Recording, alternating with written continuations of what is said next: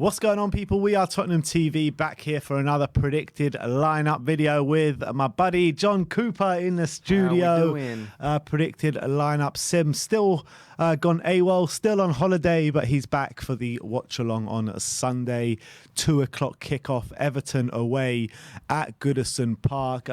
Antonio Conte's first Premier League game as Tottenham Hotspur manager.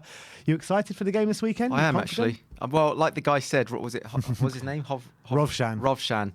Not completely confident, but I'm excited. Yeah. I think that's the best way to look at it. I think that's how all the Spurs fan base is feeling at the moment, because the way things are going this season, it's kind of like drained the confidence out of us. But I think with this new manager, with the new regime, it's just an exciting time, isn't it? Yeah, I want to see goals, actually. That's what I'd like to see.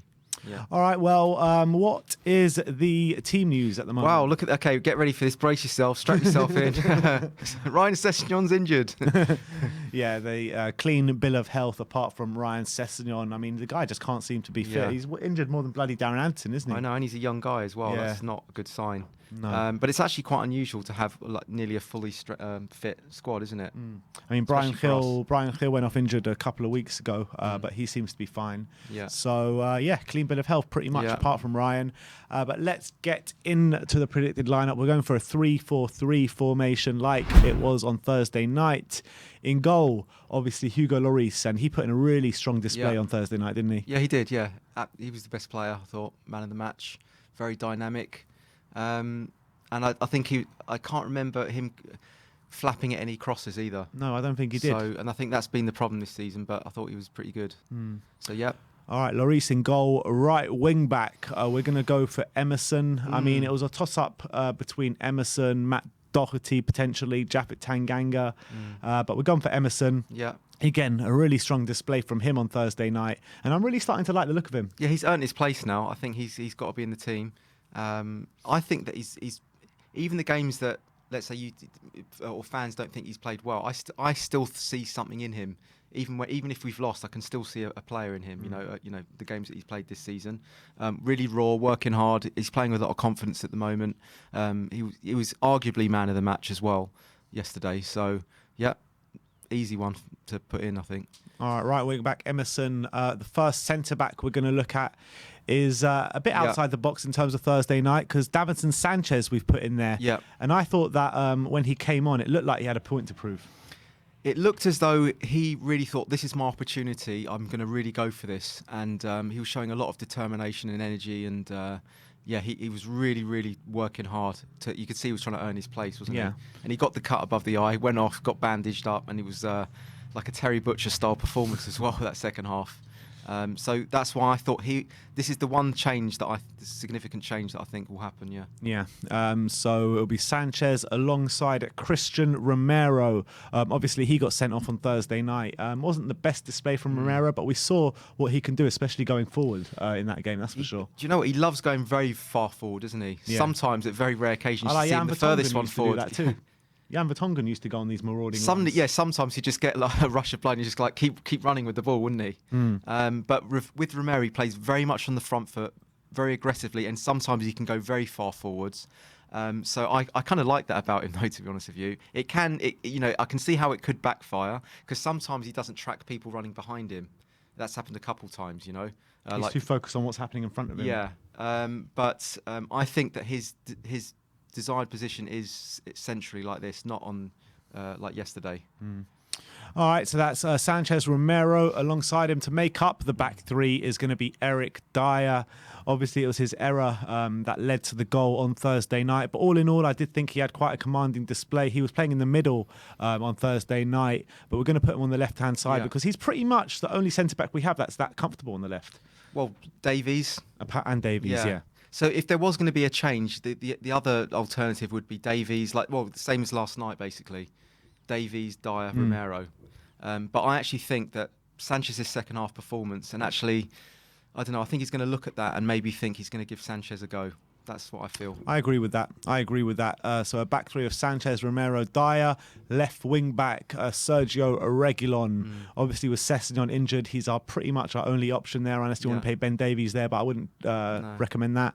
So Reguilon, who also had quite a good display on Thursday night, and I think you can see already how important these wing backs are going to be under Conte. Yeah, and also I said this before, but he's coming back into the player that he was last season, the first half of last season. He lost a lot of confidence second half of last season. Actually, I thought he was very poor towards the end of last season. Yeah. But actually, as this season is going along, he's actually been growing into the season. You can see that he's coming on a little bit more. He's starting to play with a lot more confidence. Had our most assists this season so far. Has he? Yeah. Yeah. And last night showed that as well. I thought he was probably in the top 3 players last night. So yeah, straight in. All right, so that's a back line of Lloris in goal, Emerson and Reguilon as the flying wing backs, with Dier, Romero and Sanchez to make up the middle 3. In midfield, we're going to look at Pierre-Emile Højbjerg, and how important is he going to be for us this weekend? Do you know what? Last couple of games he hasn't been that great, I have to say. Neither has Skip, actually, but I think that he's going to go with continuity. I don't think he's going to completely change it around. I think that would be silly to do that. So I still think he's important, Højbjerg, especially as he sort of like starts to,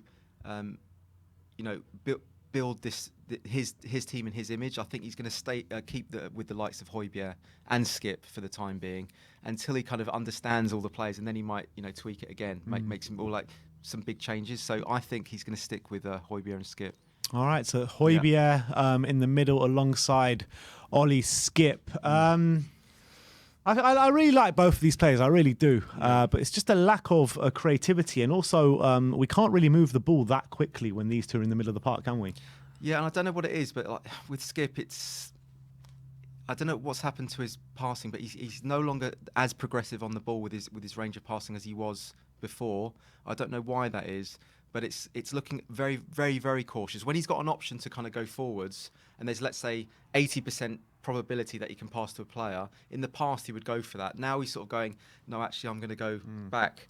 And sometimes when you have a player that does that, it can actually start to put you on the back foot a little bit too much. We call it the Winks factor. It's called Winksism. Winksism. And I really hope that Skip doesn't lose that natural positivity on the ball, because that's what I really liked about him when he first came through. And when he does play well, he does that. He's still very combative, but I think if he lets his passing range go a little bit too cautious, then I don't know. I feel like he'll lose a lot from his game, and it might hurt us as well.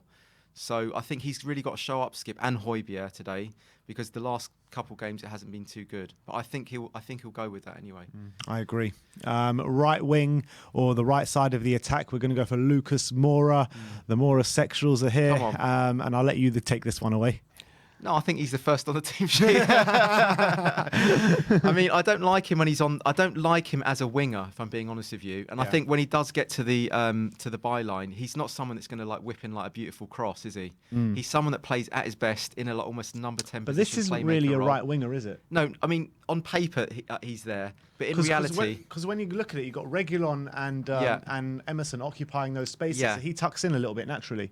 That's not how it looks on the pitch, basically. Like he'll come and retrieve the ball on the halfway line, coming quite deep. He'll sort of start pulling the strings just behind, Kane, and some will do that as well. And he'll get the Ballon d'Or next year. And but I think he's been our best player this season. Who's had a better season than Lucas this season? Out of all those players. Who's had a better season than Lucas this season? I think Reguilon has. I think Skip has. I think Son has. And maybe Højbjerg. I don't think so. Really? No chance. Why? I think he's been our best player, Lucas.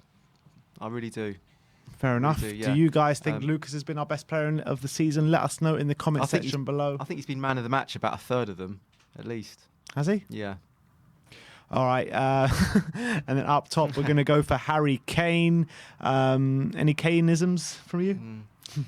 I mean, I would love to see him just taken out of the team just for a couple games, just to see if it creates a different dynamic, personally. I know that's unpopular opinion, but under Nuno, I would have agreed with you. But now we're under a new regime. I think he can get better work out of Kane. Yeah, just to see what happens. But as he's in the team, let's see. Let's hopefully something's going to happen, and he, gets a goal or two, and then maybe there's something new changes with him. Starts to get a little bit more mojo about him. But I'm concerned about. I have to be honest. I'm concerned about him. He just looks so sluggish at the moment. And see, I didn't see that on Thursday didn't night. see I that? really didn't see him looking sluggish. I really do. I think someone made it was a good phrase, said it's a halo effect. Because we love him so much, we want him to do well. It kind of stops us from really objectively critiquing him. I'm not like that, but I think that does happen with a lot of fans. And I think if that was like a Vinicius playing like he did last night, we'd be going, "What are you doing? What are you doing?" I disagree. I think Kane had a good game last night, no, and I think that you didn't see him sluggish. You didn't see him waltzing around like he have been this season. I thought it was a different Harry Kane we saw on Thursday night. It still wasn't good enough, though, was it? No, I agree with that. I would say that he's capable of a lot, much better performances than last night. But in comparison to what he has been this season, I thought it was much better. That's how bad he's been this season. Okay, so maybe he's gone from a 4 to a 5 then. You know what I mean? But look, we all want him to, do it and break out of this slump that he's in. And maybe this could be the game to do it, because I actually do predict a lot of goals in this game. Yeah. And then obviously with Son on the left, and I thought he was full of energy on Thursday night, running his socks off, but he always does, let's be honest. And I think the front three, Lucas, Kane and Son, all worked really well, especially in that first half an hour against Vitesse. I thought it was a really good dynamic between the three, and I just call on them to carry that on, really. Yeah. I think so as well, and I really liked that Lucas and Sam were really linking up well, especially in the first 10 minutes, especially last night. And if this is going to be like the new dynamic, I think we can hurt them. Where do you think is going to be the main areas that you think we can hurt Everton here? It's got to be down the flanks. Down the flanks. It's got to be down the flanks with Reguilon and Emerson. I think, it's got to be really. What I do worry about is Luca Dean. Obviously, he's a top left back. Yeah. So it's going to be a difficult game. It really is going to be a difficult game. I know Everton have lost their last 3 games, but results always round the corner. They've got a good squad there. They've got a good team with a good manager as well. So we'll have to wait and see, won't we? Yeah. What did you say? 2-1. I said 2-1 Spurs. Yeah. What did you say? 4-2. Do you know what? I think it could be like 3-3 or something 3-3. like that. Yeah. Could be. Yeah.